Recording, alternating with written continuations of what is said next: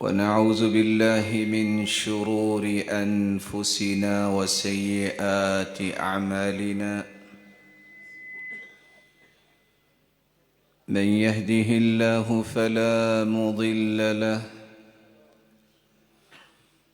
ومن يضلل فلا هادي له، وأشهد أن لا إله إلا الله وحده لا شريك له، وأن محمدًا عبده ورسوله. يا أيها الذين آمنوا اتقوا الله حق تقاته ولا تموتن إلا وأنتم مسلمون. يا أيها الناس اتقوا ربكم الذي خلقكم من نفس واحدة وخلق منها زوجها وبث منهما رجالا كثيرا ونساء، واتقوا الله الذي تساءلون به والأرحام، إن الله كان عليكم رقيبا. يا أيها الذين آمنوا اتقوا الله وقولوا قولا سديدا يصلح لكم أعمالكم ويغفر لكم ذنوبكم، ومن يطع الله ورسوله فقد فاز فوزا عظيما. أما بعد، فأعوذ بالله من الشيطان الرجيم. واصبر نفسك مع الذين يدعون ربهم بالغداة والعشي يريدون وجهه، ولا تعد عيناك عنهم تريد زينة الحياة الدنيا، ولا تطع من أغفلنا قلبه عن ذكرنا واتبع هواه وكان أمره فرطا. وقال الحق سبحانه وتعالى: ولنذيقنهم من العذاب الأدنى دون العذاب الأكبر لعلهم يرجعون۔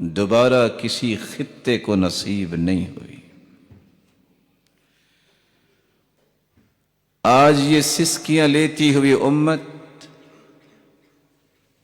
بہت ساری محرومیوں کو ساتھ لیے ہوئے غیروں کی طرف منہ اٹھاتی ہوئی امت، اگر اپنے اپنے خطے میں، اپنے اپنے معاشرے میں، اپنے اپنے ملک میں اگر سکون، طمانینت، وقار، عزت، امن، رونق اور خوشیاں دیکھنا چاہتی ہے تو اس کے لیے ان اصولوں کو اختیار کرنا ضروری ہوگا جن اصولوں کی روشنی میں رسول اللہ صلی اللہ علیہ وسلم نے معاشرہ مرتب کیا اور چاروں طرف خوشی کی لہر دوڑ گئی۔ دنیا کے امن کے متعلق نظریات ہر ایک کے اپنے اپنے ہیں۔ کسی مسکین کا نظریہ یہ ہے کہ جب تک ہمارے پاس منصب اور عہدہ نہیں ہوگا یہ کام نہیں ہو سکتا۔ دسیوں تنظیمیں اور تحریکیں اس نام پہ بنی کہ بس حکومت چاہیے، برباد ہو گئیں لیکن کچھ کر نہیں سکے، کیونکہ اگر منصب اور عہدہ ہی امن کا پیغام ہوتا تو سب سے زیادہ امن تو فرعون کے دور میں ہوتا، جو 3 باتیں کہا کرتا تھا: انا ربکم الاعلی والعیاذ باللہ، میں ہوں تمہارا رب،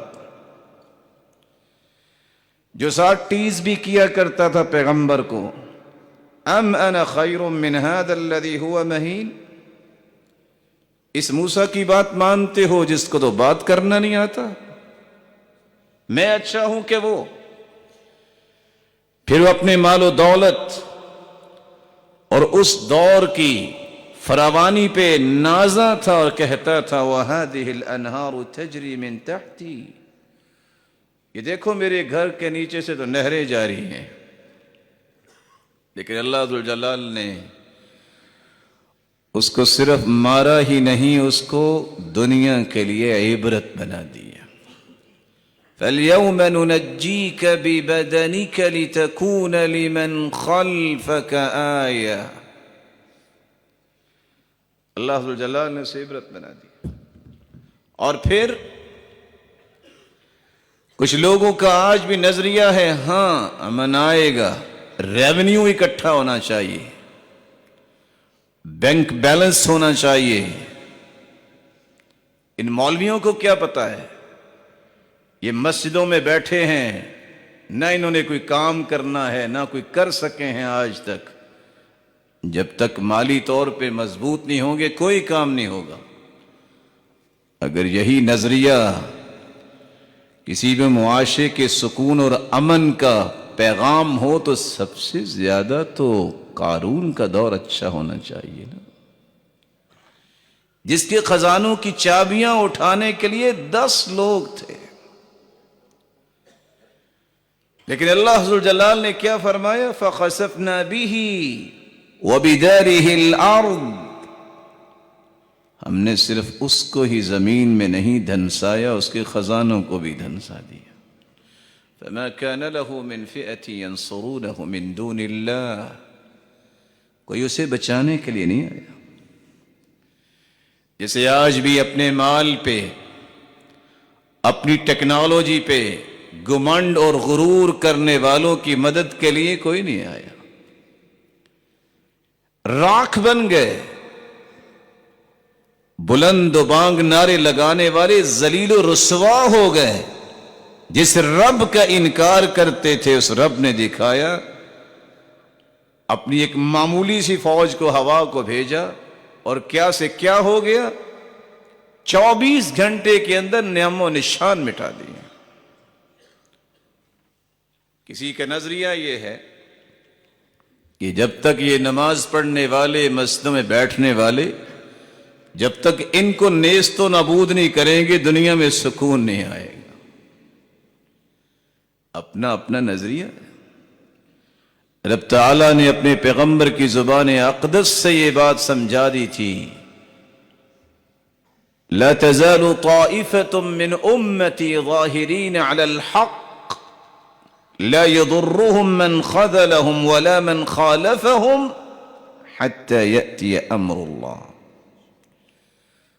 وہ جتنی چاہتا ہے چھلانگی اور کلابازیاں لگا لے، ایک جماعت تو ایسی رہے گی قیامت کی دیواروں تک، جب تک اللہ چاہیں گے، جو حق پہ قائم رہے گی، دنیا جہان کی مخالفت انہیں نقصان نہیں پہنچا سکے۔ مسلمانوں کو مٹانے کا خواب یوں ہی ہے جیسے انسان کہے کہ میں مرنے کے بعد دوبارہ خود سے اپنے آپ کو زندہ کر لوں گا۔ جس طرح یہ خواب پورا نہیں ہو سکتا، اس طرح مسلمانوں کو مٹانے کا خواب بھی کبھی پورا نہیں ہو سکتا۔ معاشرے کے اندر امن و سکون، طمانینت اور فراوانی اور خوشیاں اس وقت تک نہیں آ سکتی جب تک 5 چیزوں کو آپ اپنی زندگی میں نہیں لے آتے۔ پہلی چیز، جب تک میں اور آپ اپنی توحید کو خالص نہیں کرتے، آپ کو آگے اگر 50 سال کی زندگی مزید ملتی ہے تو اپنے اس بھائی کی بات یاد رکھیے گا، یہ خواب شرمندہ تعبیر نہیں ہو پائے گا کہ سکون آ جائے، کیونکہ اللہ ذوالجلال نے یہ اصول دیا ہے، الذین آمنوا ولم یلبسوا ایمانہم بظلم اولئک لهم الامن وهم مہتدون۔ جو لوگ ایمان لائے انہوں نے شرک کی آمیزش نہیں کی۔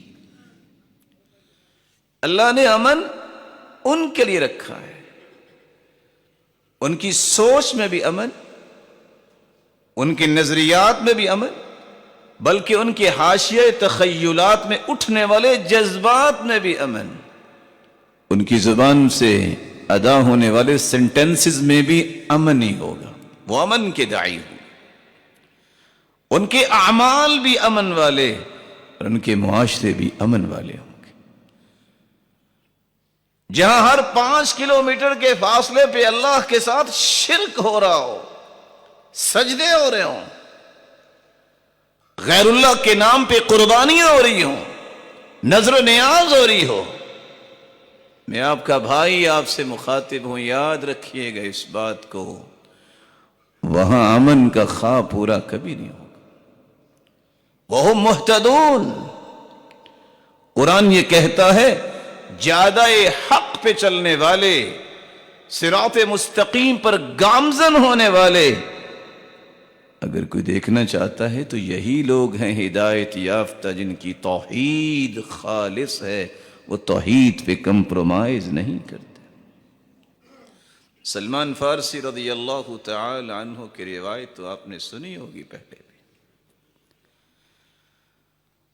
کمپیریٹیولی چیک کیجئے اپنے معاشرے کو۔ 2 لوگ جا رہے ہیں، صنم ایک بت ہے، جہاں سے گزرنے کے لیے اس کے نام پہ کوئی چڑھاوا چڑھانا پڑتا ہے۔ دونوں کو کہا گیا، ایک نے ڈینائی کیا کہ یہ نہیں ہو سکتا، غیر اللہ کے نام پہ چڑھاوا نہیں چڑھایا جا سکتا، غیر اللہ کے نام پہ نظر و نیاز نہیں دی جا سکتی، قتل، مار دیا گیا۔ دوسرے کو بھی کہا اور آخر کہہ دیا کہ قرب ولو ذبابا، چلو مکھی کا ہی چڑھاوا چڑھا دو۔ اس نے کہا مکھی کی کون سی بات ہے، مکھی کا چڑھاوا چڑھایا، چھوڑ دیا گیا۔ سیدنا سلمان فارسی رضی اللہ تعالی عنہ کی روایت بتاتی ہے، مسند احمد کی روایت ہے، جس کو قتل کیا گیا وہ جنت میں چلا گیا، جس نے مکھی کو معمولی سمجھ کے غیر اللہ کے نام پہ چڑھاوا چڑھایا وہ جہنم میں چلا گیا۔ میں بڑے ادب سے اور احترام سے، بڑی نرمی اور اخلاق سے یہ سوال کرنا چاہوں گا، مکھی کتنے کی بکتی ہے آج کل؟ جو 10 من دودھ لے کر 1.5 اور 2.5 لاکھ کی چادر لے کر اس طرح کا پہلو اختیار کرتے ہیں، ان کا کیا بنے گا؟ آپ کو تو شاید صرف غصہ ہی آتا ہوگا۔ اللہ کی قسم دعا بھی کیا کرے، ترس بھی کھایا کرے۔ مسلمان ہیں جو اسلام کا نام لیتے ہیں اور انہیں اس بات کا احساس نہیں کہ کتنا بڑا گناہ ہے۔ اور سیدنا ابو الدرداء رضی اللہ تعالی عنہ فرماتے ہیں 9 نصیحتیں اللہ کے رسول نے مجھے کی، جن میں پہلی نصیحت یہ تھی لا تشرک باللہ شیئا وَإِن قُطِعْتَ لا تشرک باللہ شیئا وَإِن قُطِعْتَ او حرقت۔ میرے صحابی زندگی میں کبھی شرک نہ کرنا، تیرے ٹکڑے کر دیے جائیں، تجھے جلا کے راکھ بنا دیا جائے، شرک کے قریب نہ جا۔ جب تلک توحید کو خالص نہیں کرتے، یہ خواب آپ کبھی نہیں پورا ہوتا دیکھ سکتے کہ امن قائم ہو گیا۔ ہاں، ڈگریاں لے لیے اور مزید لے لیں گے مسلمان، میٹنگز کر لیں گے، بڑے بڑے تھنک ٹینک بنا لیں گے اور طرح طرح کے اربوں کے بجٹس مختص کر لیں گے، لیکن قانون وہی ہے جس کو اللہ ذوالجلال نے وحی بنا کے بھیجا ہے۔ دوسری چیز، اگر دنیا میں خوشی اور امن اور چین چاہیے، اس وقت تک ممکن نہیں جب تک توحید کو خالص کرنے کے بعد میرا اور آپ کا ہر عمل سنت کے مطابق نہیں ہوگا۔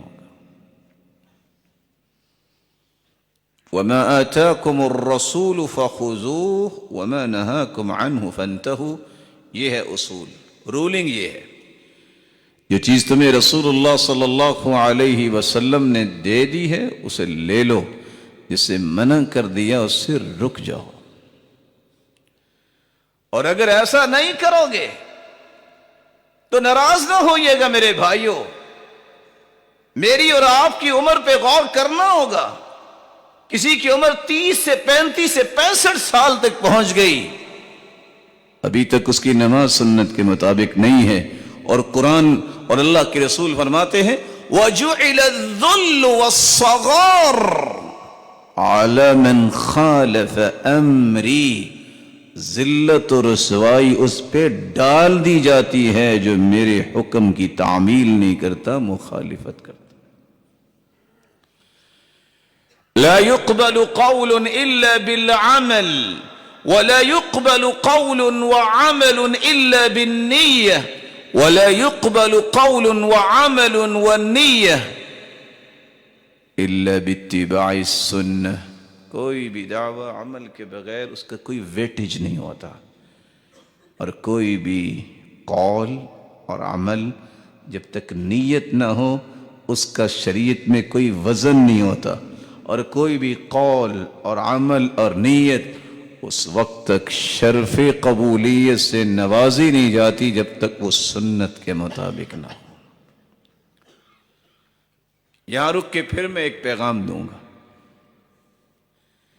جس شخص کی عبادت بھی سنت کے مطابق نہیں، اس کی معیشت و معاشرت اور سیاست کیسے سنت کے مطابق ہوگی؟ جس شخص کے علم میں ہے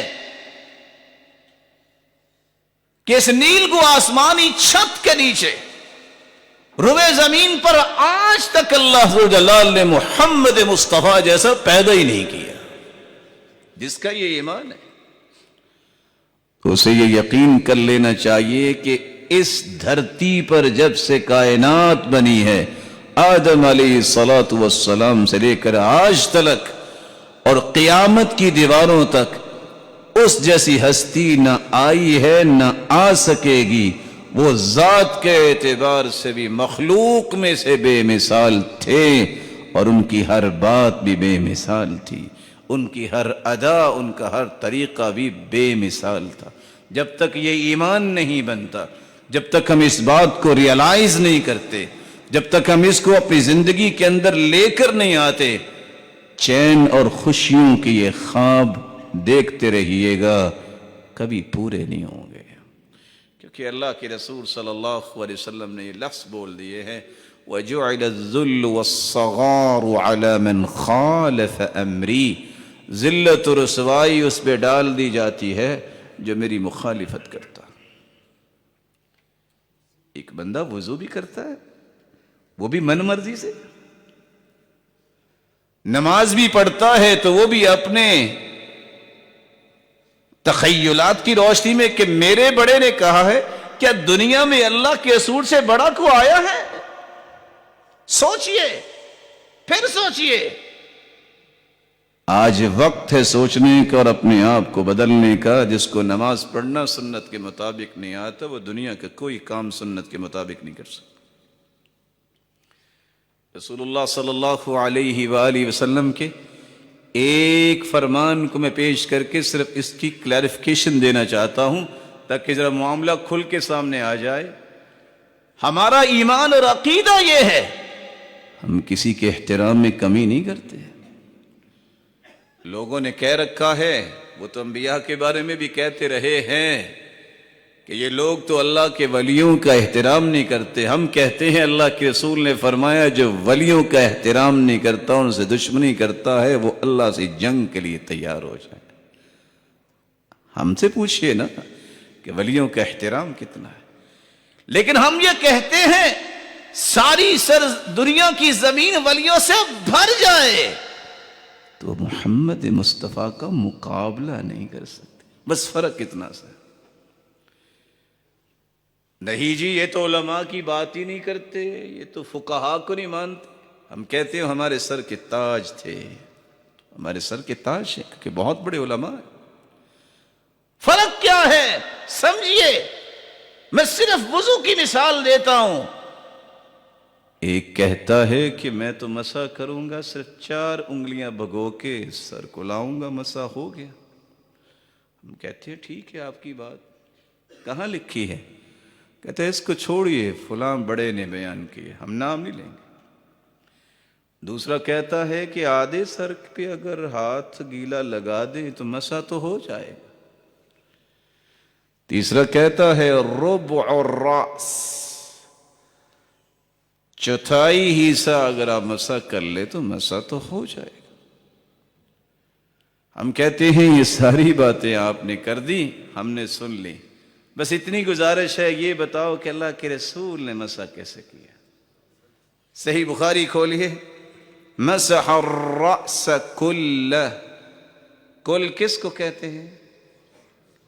پھر صحابی نے وہ کر کے دکھایا. بدأ بمقدم رأسی، اپنے سر کے شروع سے اپنے دونوں ہاتھوں کو جوڑا. بدأ بمقدم رأس ثم ذهب بهما إلى قفاه ثم ردهما إلى المكان الذي بدأ منه. اور ساتھ لفظ بولے کہ پورے سر کا مسح کیا، یہاں سے شروع کر کے گدی تک لے گئے اور وہاں سے واپس لے آئے. اب سچ بتائیں دیانتداری سے، ہم نے کیا کہا کہ جنہوں نے کہا ہم نہ گالی دینا جائز سمجھتے ہیں نہ کوئی بات کرنا جائز سمجھتے ہیں، بس یہ سمجھتے ہیں کہ یہ اللہ کے رسول نے کہ اب بتاؤ کس کی بات ماننی ہے، ان چاروں کی بات ماننے کہ محمد مصطفیٰ کی بات ماننے. سنت کے مطابق جب تک عمل نہیں، من عمل عملا ليس عليه امرنا فهو رد، مردود ہے، قابل قبول نہیں. جو رسول اللہ صلی اللہ علیہ وسلم کے طریقے کے مطابق نہیں ہوگا وہ اللہ کے ہاں قبول نہیں ہے. ہاں کسی کا جی چاہتا ہے تو اگلے 20 30 40 سال 50 سال لگا لے، قبول نہیں ہوگا. یہ اللہ کے رسول نے فیصلہ کر دیا. اور صحیح مسلم کی روایت ہے، اوتھینٹک روایت ہے، دنیا جہان کا بڑے سے بڑا انسان جو ہے وہ یہ کام کرے گا، جب سنت کے مطابق نہیں، اس کی کوئی بھی قیمت نہیں۔ اس دنیا میں امن اور سکون اس وقت تک ممکن نہیں جب تک تیسرا کام نہ کرے، فرائض کی پابندی۔ یہ بلا سکون کا کون سا طریقہ ہے کہ کوئی نماز کے قریب نہ جائے؟ یہ بلا سکون حاصل کرنے کا کون سا نسخہ کیمیا ہے کہ کسی کو اللہ، اس کے رسول اور دین کے بارے میں علم ہی نہ ہو؟ جبکہ رسول اللہ صلی اللہ علیہ وسلم کے فرامین سے پتہ چلتا ہے کہ 3 چیزوں کا علم فرض ہے۔ کوئی بھی قیامت کے دن اور قبر میں آپ کا ایکسکیوز نہیں سنا جائے گا۔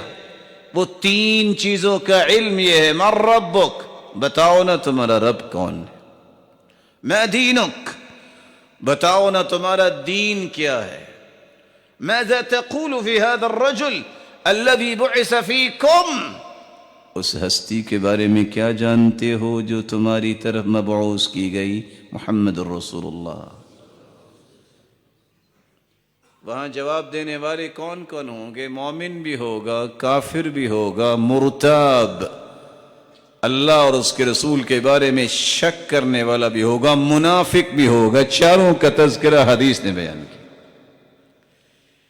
مومن کا جواب کیا ہوگا؟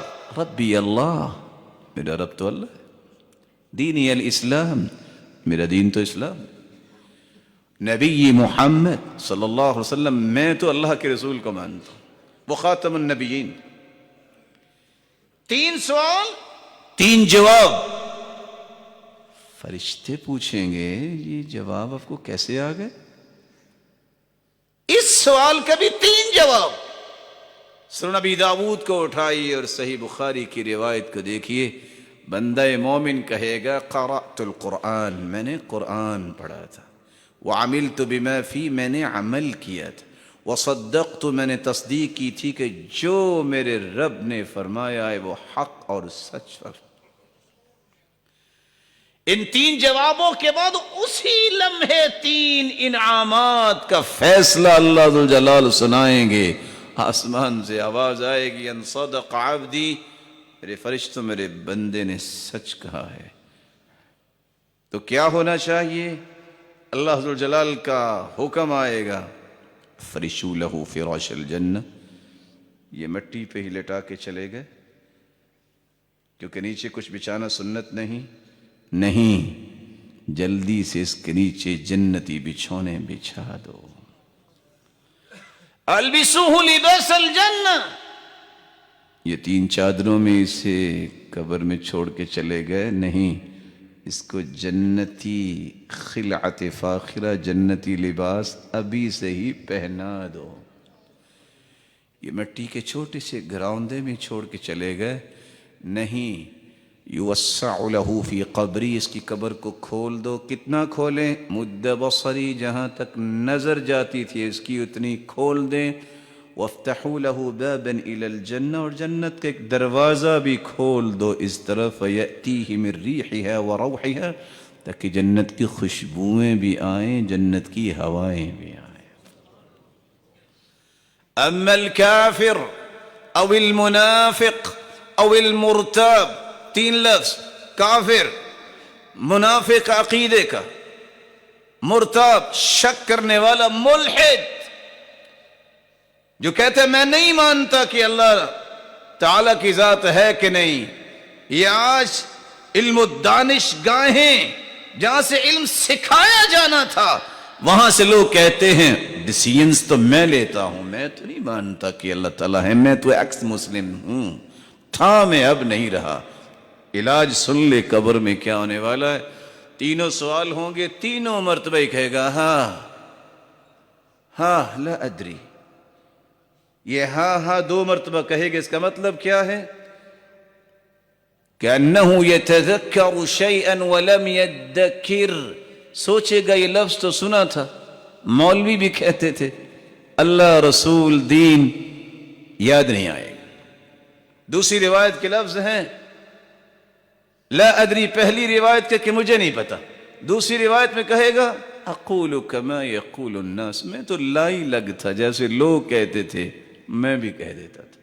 لوگ کہتے کہ یہ ہے فلاں مشکل کشا، میں کہتا واقعی مشکل کشا۔ لوگ کہتے تھے یہ نبی ہے، یہ ذل مسیح ہے، یہ فلاں ہے، میں کہتا بالکل ٹھیک، لائی لگ تھا۔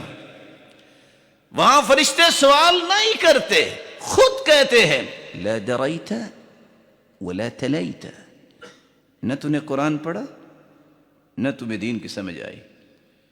ساتھ ہی آسمان سے 3 سزاؤں کو اناؤنس کر دیا جاتا ہے، ان کذب عبدی، یہ جھوٹ بول رہا ہے، کیا کیا جائے؟ البسوہ لباس النار، یہ 3 چادروں میں چھوڑ کے گئے ہیں، یہ اس کا بھی مستحق نہیں ہے، اس کو جہنمی لباس انگارے جو ہیں اس کے جسم پہ لگا دو، جہنمی لباس پہنا دو۔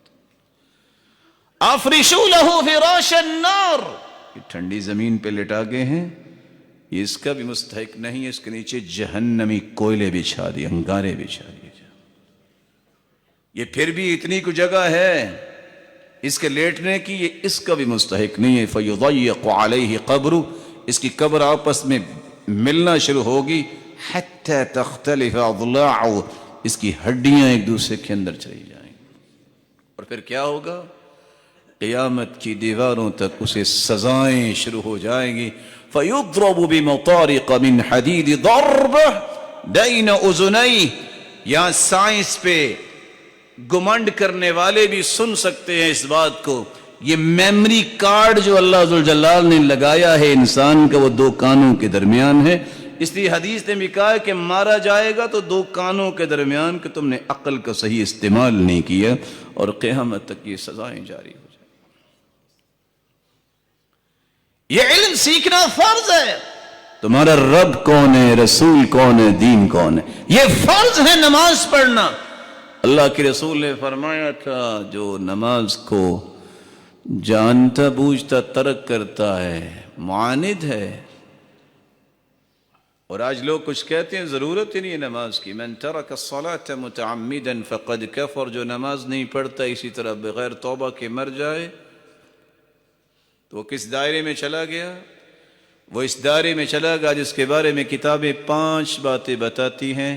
لا یغسل، ایسا شخص غسل کے لائق بھی نہیں، ولا یکفن، ایسا شخص کفن کے لائق بھی نہیں، ولا یصلی علیہ، ایسے شخص کی نماز جنازہ بھی نہیں پڑھی جائے گی، ولا یدعا لہ بالمغفرہ، اس کی بخشش کی دعا بھی نہیں کی جائے گی، ولا یدفن فی مقابر المسلمین، ایسے شخص کو مسلمانوں کی قبرستان میں دفنایا نہیں جائے گا۔ جب وہ کہتا ہے کہ میں نہیں مانتا نماز کو، جب وہ کہتا ہے کہ نماز کی ضرورت نہیں، اس کے نتائج یہ نکلیں گے۔ جس شخص کی زبان پہ اللہ کا ذکر نہیں، یہ زندہ لاش ہے جس کو اللہ کے رسول نے بیان کیا ہے، مثل الذی یذکر ربہ والذی لا یذکر ربہ کمثل الحی والمیت، زندہ اور مردے کی مثال ہے، زندہ تو وہ ہے جو اللہ کا ذکر کرتا ہے، اور مردہ وہ ہے جو رب کا ذکر نہیں کرتا۔ اس لیے دوسری روایت میں لفظ ہیں اس گھر کے بارے میں جہاں ذکر ہوتا ہے، اس گھر کے بارے میں جہاں ذکر نہیں ہوتا۔ جو ذکر کرنے والا گھر ہے وہ زندہ لوگوں کا گھر ہے، وہاں شہنائیاں بجتی ہیں اور رونقیں ہوتی ہیں، خوشیاں جو ہیں ڈیرے جما لیتی ہیں۔ اور جہاں اللہ کا ذکر نہیں ہوتا یہ تو مردے ہیں، یعنی قبرستان ہے، قبرستان میں چور اور ڈکیت ہوتے ہیں، سانپ اور بچھو ہوتے ہیں، اور طرح طرح کے وارداتی چھپتے ہیں، ایسے گھروں سے کبھی نیکی نہیں آیا۔ اس لیے اللہ ذوالجلال سے اگر سکون چاہیے تو اللہ نے اپنے ذکر میں رکھا ہے، آپ کی زبان پہ ذکر ہونا چاہیے۔ کس قدر محرومی ہے کہ اللہ کے رسول پہ درود پڑھنا بھی آج لوگوں نے چھوڑ دیا، جبکہ حدیث کہتی ہے تم دعا کرتے ہو، دعا قبول ہونا تو بڑی دور کی بات، تمہاری دعا تو بغیر درود کے آسمان تک جاتی ہی نہیں۔ اور جس کے پاس اللہ کے رسول صلی اللہ علیہ وسلم کا نام لیا جائے اور وہ درود نہیں پڑھتا، حدیث کے الفاظ خاطئ طریق الجنہ، مت سمجھو کہ وہ درود بھول گیا ہے، یہ سمجھو وہ جنت کا دروازہ ہی بھول گیا ہے۔ ان اول الناس بیوم القیامت اکثرهم علی صلاۃ، اللہ کے رسول نے فرمایا سب سے زیادہ قریب قیامت کے دن وہ ہوگا جو کثرت سے درود پڑھتا ہوگا۔ اللہ تعالی ہمیں علم، نماز، ذکر الہی، درود اور پانچویں چیز لَتَأْمُرُنَّ بِالْمَعْرُوفِ وَلَتَنْهَوُنَّ عَنِ الْمُنْكَرِ أَوْ لَيُوشِكَنَّ اللَّهُ أَن يَبْعَثَ عَلَيْكُمْ عِقَابًا مِّنْهُ ثُمَّ لَتَدْعُنَّهُ فَلَا يُسْتَجَابُ لَكُمْ۔ نیکی کا حکم کیا کرو، برائی سے منع کیا کرو۔ اگر تم نے یہ دونوں کام چھوڑ دیے تو اللہ کا عذاب ایسا آئے گا کہ تم دعائیں بھی کرو گے لیکن تمہاری دعاؤں کو قبول نہیں کیا جائے۔ توحید کو خالص کرنا، سنت کے مطابق اپنی زندگی بنانا، فرائض کی پابندی کرنا، اور چوتھا کام جو میرے اور آپ کے لیے بہت ضروری ہے پہچاننا، آج کل کے دور میں فتنوں کا دور ہے، لوگ مسلمان ہونے کے باوجود بھی تعریفیں چینلز پہ بیٹھ کے، ڈیروں میں بیٹھ کے، آفیسز میں بیٹھ کے منہ پھلا پھلا کے کہتے ہیں مسلمانوں کے بارے میں، اسلام کے بارے میں۔ جب تک اللہ ذوالجلال کے بارے میں، مسلمانوں کے بارے میں، اسلام کے بارے میں جو شبہات شیطانوں نے اور ان کی ذریت نے ڈالے ہیں، تمہارے دل و دماغ سے یہ سارے کے سارے شبہات نہیں ختم ہوں گے، اللہ کی رحمت نازل نہیں ہوگی۔ آج اللہ کے بارے میں بھی شبہات، سید المرسلین نے 1400 سال پہلے بتایا تھا ایک وقت آئے گا شیطان خیال ڈالے گا۔ آج لوگ کہتے ہیں پتہ نہیں کیا ہو گیا میرے بچے کو، وہ اللہ کے بارے میں اس کو فیلنگز آ رہی ہیں، نبی اور قرآن کے بارے میں بڑی عجیب عجیب سوچیں آ رہی ہیں، بیٹھے سارا دن وہ فیس بک پہ، بیٹھے سارا دن وہ یوٹیوب پہ، قرآن کے قریب نہ جائے، اور تمہاری قسمت میں نہیں ہے کہ اس کی صحیح تربیت کرنے کے لیے کسی عالم کے پاس بٹھاؤ، اسے حدیث پڑھاؤ، پھر کہتے ہو جائے وہ یورپ میں بیٹھے وہ اور یہودی اور عیسائیوں کے ساتھ اور بن کے صحابی آئے، یہ عقل مانتی ہے؟ 24 گھنٹے جن کو ہم مساجد میں بٹھا کے پڑھاتے ہیں، ان سے تو ہم صحابی پیدا نہ کر سکے اور نہ ہو سکتے ہیں، تو جو 24 گھنٹے کافروں کی جھولی میں ہو وہ صحابہ کرام جیسے جذبات لے کے آئے گا؟ کبھی عقل مانے گی؟ اللہ کے رسول نے فرمایا تھا ایک وقت آئے گا شیطان سوال پیدا کرے گا، من خلق السماء، آسمان کس نے بنایا؟ بندہ کہے گا اللہ نے بنایا۔ من خلق الارض، اچھا زمین کس نے بنائی؟ بندہ کہے گا اللہ نے۔ پھر اچانک سے ایک سوال ڈالے گا، من خلق ربک، تیرے رب کو کس نے پیدا کیا؟ یہ ہے وہ شبہ۔ اس طرح کے سوالات شیاطین کی طرف سے ہے اور ان کی ذریت کی طرف سے ہے، اور شیطان صرف وہ نہیں ہے جو نظر نہیں آتا، اس لیے اللہ ذوالجلال نے فرمایا ہے الذی یوسوس فی صدور الناس، جو وسوسے ڈالتا ہے لوگوں کے دلوں میں، من الجنۃ والناس، کچھ شیطان جنوں سے ہیں، کچھ شیطان جو ہے انسانوں سے ہیں، ان کے چہرے انسانوں کے ہیں، ان کے نام بھی انسانوں کے ہیں، رہن سہن انسانوں کے ساتھ ہے، لیکن شیطان صرف لوگ ہیں جو اللہ کے بارے میں شبہات ڈالتے ہیں۔ صحابی ابو ذر کہتے ہیں میں مسجد میں گیا، اللہ کے رسول صلی اللہ علیہ وسلم فرما رہے تھے تعوذوا باللہ من شیاطین الانس والجن، میرے صحابہ اللہ کی پناہ طلب کرو شیطانوں سے جو جنوں سے انسانوں سے ہیں۔ میں نے کہا اللہ کے رسول اول الانس شیاطین، وہ انسانوں میں بھی شیطان ہوتے ہیں؟ کہا تو آپ نے قرآن نہیں پڑھا؟ وَكَذَلِكَ جَعَلْنَا لِكُلِّ نَبِيٍّ عَدُوًّا شَيَاطِينَ الْإِنسِ وَالْجِنِّ، ہم نے ہر نبی کے دشمن بنائے شیطانوں میں سے جو جنوں میں سے بھی تھے اور انسانوں میں سے بھی تھے۔ آج اس لیے اسلام کے علماء کے دشمن سے جن نہیں ہے، شیطان نہیں ہے، انسان بھی دشمن بنتے۔ 7 علاج بتائے اللہ کے رسول صلی اللہ علیہ وسلم نے فرمایا کوئی بھی اس طرح کی فیلنگز آئے، پہلا کام فَلْيَسْتَعِذْ بِاللَّهِ، فوراً کہو اعوذ باللہ من الشیطان الرجیم۔ دوسرا علاج فَلْيَنْتَهِ، فوراً سوچنے سے رک جاؤ، مجلس چینج کر لو۔ تیسرا علاج فَلْيَتْفُلْ عَلَى يَسَارِكَ ثَلَاثًا، اپنا چہرہ بائیں طرف موڑو اور 3 مرتبہ تھتکار دو۔ چوتھا کام فوراً زبان سے کہو آمنت باللہ وبرسولہ، میں اللہ اور اس کے رسول پر ایمان لاتا ہوں۔ 5واں کام فوراً کہو اللہ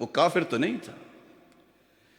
سب سے پہلے پوری دنیا کا بہترین اور صحیح نقشہ بنانے والا، 7 خطوں میں بر اعظموں میں اس کو تقسیم کرنے والا اور ایک ایک خطے کی تفصیل بیان کرنے والا کون تھا؟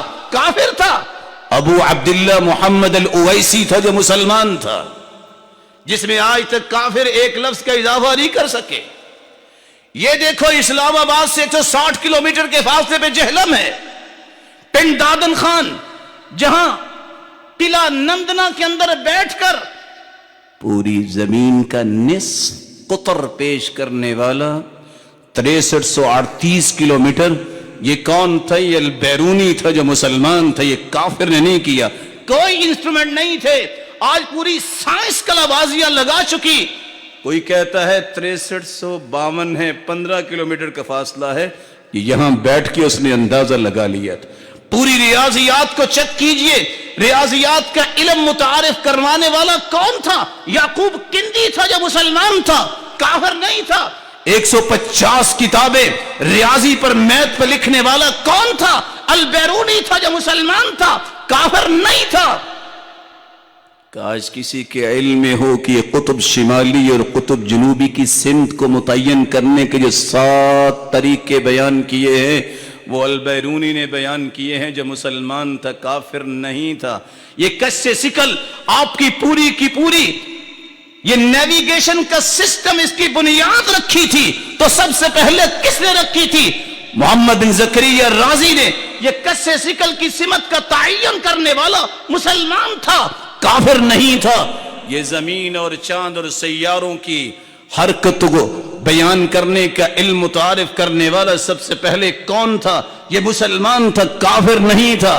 بلکہ آپ کے لیے حیرانگی ہوگی، یہ سیارے، یہ چاند، ان کی حرکات و سکنات کے ساتھ ساتھ کیسے ان کے اللہ ذو الجلال نے نظام بنایا ہے، یہ علم بھی متعارف کروایا تو کس نے؟ مسلمان نے، کافر نہیں تھا.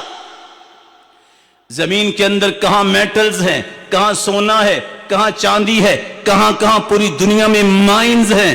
اس دور میں مسلمانوں نے سب سے پہلے، مسعودی نے کتاب لکھی اور لکھ دیا کہ کس ملک کے کس خطے میں کتنی کانیں ہیں. کہاں بیٹھے ہو؟ کس سے پڑھتے ہو؟ کن کتابوں کا مطالعہ کرتے ہو؟ یہ ساری کی ساری سب سے پہلے ہم تو چاہتے ہیں اور مانتے ہیں کہ اللہ کے حکم سے زلزلہ آتا ہے، لیکن زمین میں زلزلہ آنے کی سائنسی وجوہات پہ سب سے پہلے قلم چلایا تو کس نے؟ ابن سینا نے، جو مسلمان تھا. تمہاری ارضیات کا علم جو ہے وہ تو محتاج ہی مسلمانوں کا ہے، اس کی بنیاد ہی مسلمانوں نے رکھی تھی. تم کس طرح کی باتیں کرتے ہو کہ کافر نے کیا، مسلمانوں نے کیا ہے؟ اور آج بڑے گمنڈ سے کہتے ہیں، دیکھو 1946 میں سر جیمز نے کہا ہے کہ زمین کی پلیٹیں ہیں، اور مسکینوں تم نے 1400 سال پہلے کی کتاب پڑھی ہوتی. قرآن کہتا ہے وَفِي الْأَرْضِ قِطَعٌ مُتَجَاوِرَاتٌ، ہم نے زمین کو پلیٹیں بنایا ہے، ایک اٹھتا ہے. دیکھو سائنس کہتی ہے کہ زمین آہستہ آہستہ جو ہے نا، پہلے گرم تھی، اب وہ ٹھنڈی ہو رہی، سکڑ رہی ہے. اور مسکینوں کبھی قرآن پڑھو، اولم یروا انا نأتی الارض ننقصها من اطرافها، 1400 سال پہلے اسلام نے کہہ دیا تھا ایک وقت آئے گا زمین سکڑنا شروع ہو جائے گی. تمہیں آج ان کافروں سے باتیں سمجھ آئی ہیں؟ تم نے قرآن پڑھا ہوتا، تم نے قرآن کی باتیں سنی ہوتی، تم نے سمجھی ہوتی، کبھی تمہارا کفر پہ اعتماد نہ ہوتا، مسلمانوں پہ اعتماد ہوتا. میڈیکل کے میدان میں تو کفر نے بڑی یہ کام کیا ہے. کیا کام کیا ہے بتائیے؟ سب سے پہلے ادویات کا علم متعارف کروانے والا کون تھا؟ مسلمان تھا. پتا ہے 760 جڑی بوٹیوں پہ ریسرچ پیش کی، اور 17ویں صدی تک یورپ کی یونیورسٹیوں میں جس کو پڑھایا جاتا رہا. وہ کون سی کتاب تھی اور کس نے لکھی؟ ابن سینا کی کتاب تھی القانون فی الطب. اور کون ہے جس نے 1400 جڑی بوٹیوں کی ریسرچ پیش کی اور یہ ثابت کیا؟ سب سے پہلے بیماریاں بتائیں، علامات بتائیں، علاج بتایا. بچوں کا علاج سب سے پہلے پیش کرنے والا کون تھا؟ ابن النفیس تھا. آج یہ مسکین اٹھ کے کہتے ہیں دیکھو جی سب سے پہلے ولیم ہاروی نے بتایا ہے کہ یہ خون پھیپھڑوں سے ہو کے جو ہے وہ دل سے گزر کے جاتا ہے، یہ سرکولیشن 300 سال پہلے ابن النفیس نے اس کے بارے میں ساری باتیں کی تھی، چوری کر کے معلومات کافروں نے اپنے نام لگائی، اور آج تم لیتے ہو نام کافروں کا۔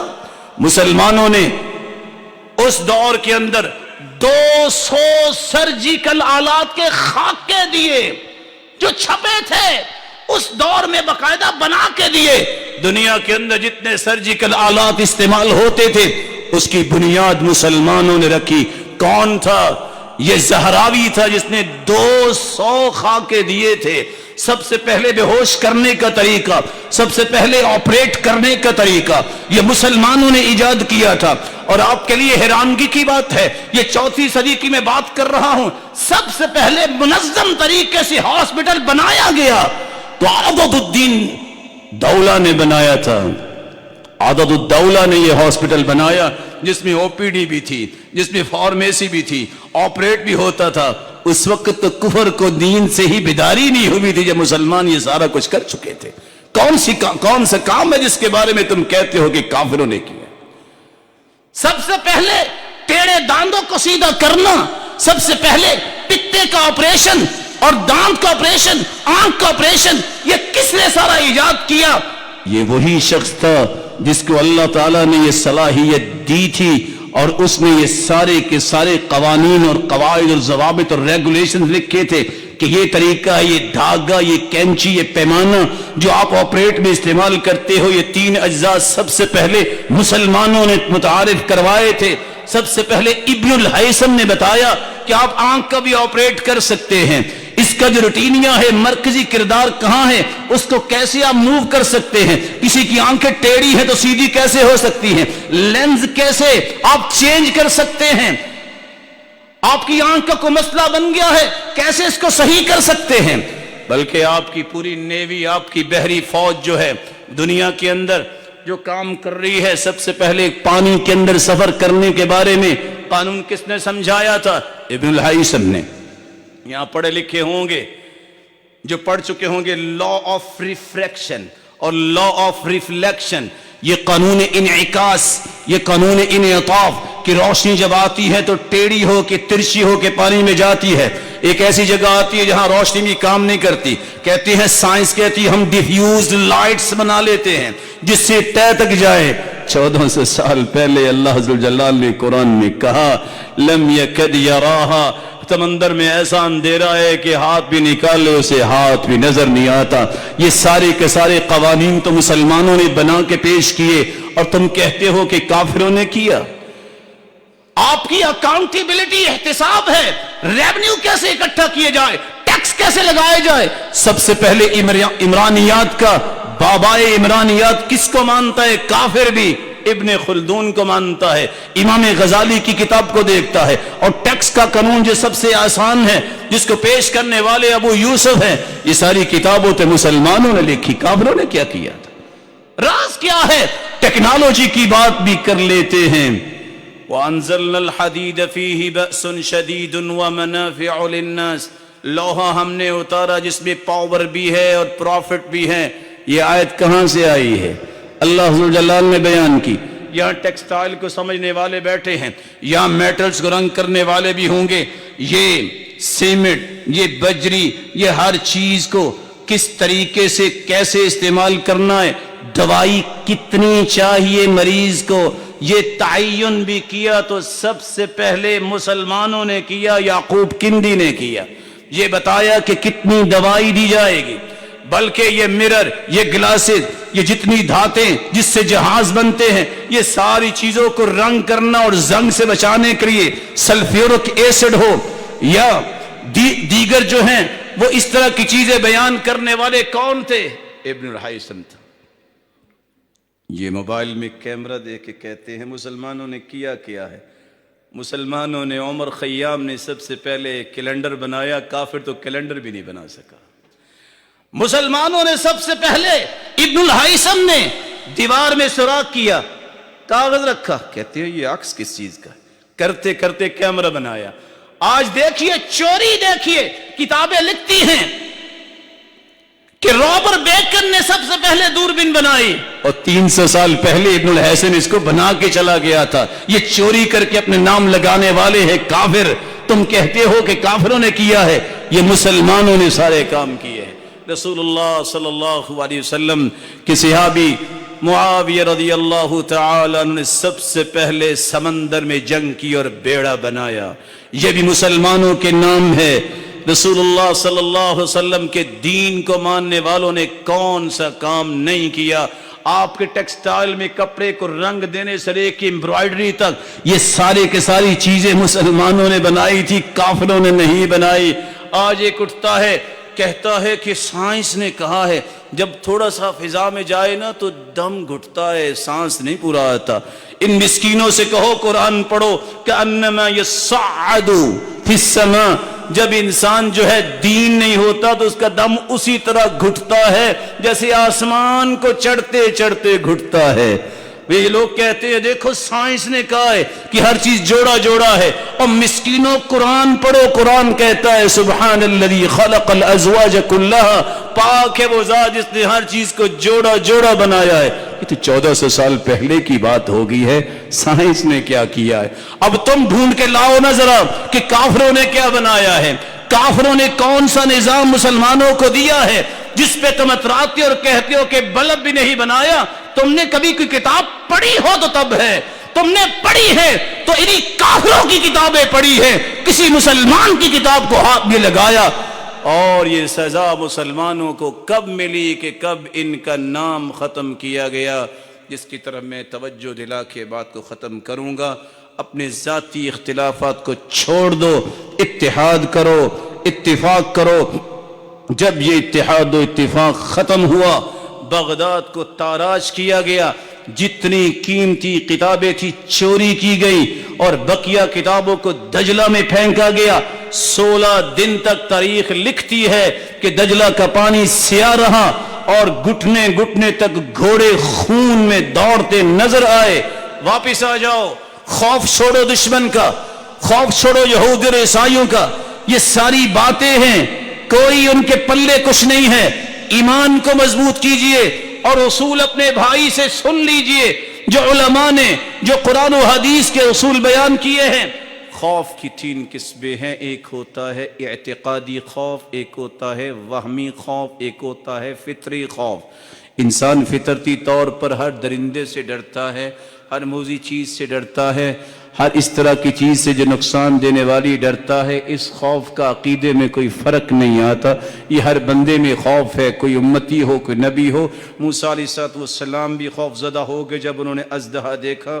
ایک ہوتا ہے وہمی خوف، مجھے لگتا ہے کچھ ہو جائے گا، کچھ بھی نہیں ہونے والا. یہ بیمار آدمی ہے جو اس طرح کی سوچے سوچتا ہے، مجھے فیلنگز آ رہی ہیں، لگتا ہے کچھ ہو جائے گا. کیسے ہو جائے گا؟ وہی آئی ہے آپ کو، کس نے بتایا آپ کو؟ ہوگا وہ جو اللہ نے لکھا. اپنا علاج کرو. علاج کیا ہے؟ قرآن پڑھو، ذکر کرو، باوضو رہو، علماء کی مجلس میں بیٹھو، یا کسی سکیٹرک کو چیک کرواؤ. یہ بیماری ہے، یہ خوف نہیں ہے. ایک اعتقادی خوف ہے جو اس وقت مسلمان پھنسے ہوئے ہیں کہ اگر میں نے بات نہ مانی، میں نے اطاعت نہ کی، میں نے راضی نہ کیا تو مجھے تہس نہس کر دے گا. مسلمانوں، امریکہ یا اس کے پجاری یہ بات سن لیں، کبھی بھی اس بات کا خوف نہ رکھے کہ وہ تہس نہس کرے گا. یہ اعتقاد رکھنا شرک ہے.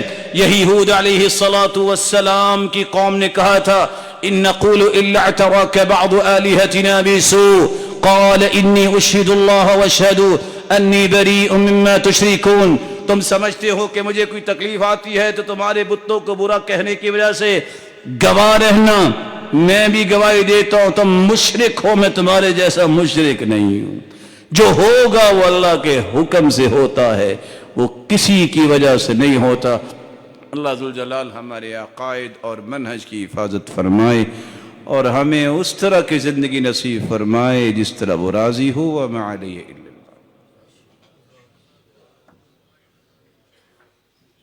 الحمد للہ علی احسانہ والشکر لہ علی توفیقہ وامتنانہ. اما بعد، دنیا کے اندر امن کی خواہش اور تمنا رکھنے والوں کے لیے پیغام ہے جب تک توحید کو خالص نہیں کرتے، جب تک اپنی زندگی کے جملہ معاملات کو سنت کے مطابق نہیں کرتے، جب تک فرائض کی پابندی نہیں کرتے، علم اللہ کے بارے میں، رسول کے بارے میں، دین کے بارے میں نہیں سیکھتے، نمازوں کی پابندی نہیں کرتے، ذکر الہی اور درود اور نیکی کا حکم کرنا اور برائی سے منع کرنا، اس ذمہ داری کا احساس نہیں کرتے، اور چوتھی چیز مسلمانوں کے بارے میں، اللہ کے بارے میں، اسلام کے بارے میں شبہات کو جب تک دور نہیں کرتے، سکون آنے والا نہیں ہے۔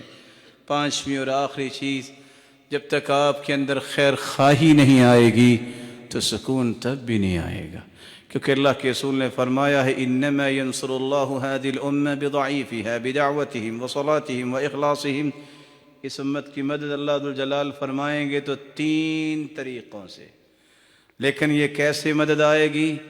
بضعیفها، کمزوروں کی وجہ سے، جن کو لوگ کمزور سمجھتے ہیں، وہ کمزور ہیں نہیں۔ کمزور کیوں سمجھتے ہیں؟ بدعوتهم وصلاتهم واخلاصهم، وہ لوگ مخلص ہیں، وہ لوگ نمازوں کے پابند ہیں، خیر خواہ ہیں، ایک دوسرے کی خیر خواہی کرنے والے اور دعائیں کرنے والے، اللہ کی رحمت کا نزول ہوتا ہے اس قوم پر جس کے اندر یہ تین صلاحیتیں ہوں۔ اللہ ذوالجلال یہ پانچوں اصول ہمیں زندگی میں اختیار کرنے کی توفیق عطا فرمائے۔ یہ سب روشن چہروں کو اللہ توحید خالص نصیب، سب کو سنت کے مطابق عمل کی توفیق دے، اور سب کو اللہ ذوالجلال ان پانچوں اصولوں کی روشنی میں اپنی اور اپنی اولاد اور نسلوں کی زندگیاں مرتب کرنے کی توفیق دے۔ جس طرح یہ روشن چہرے اللہ تیرے گھر میں ہیں، ان کو جنت الفردوس میں ان کے والدین اور اولادوں کے ساتھ جمع فرما، اپنے محبوب کی رفاقت اور اپنے دیدار کا مستحق بنا۔ وآخر دعوانا الحمد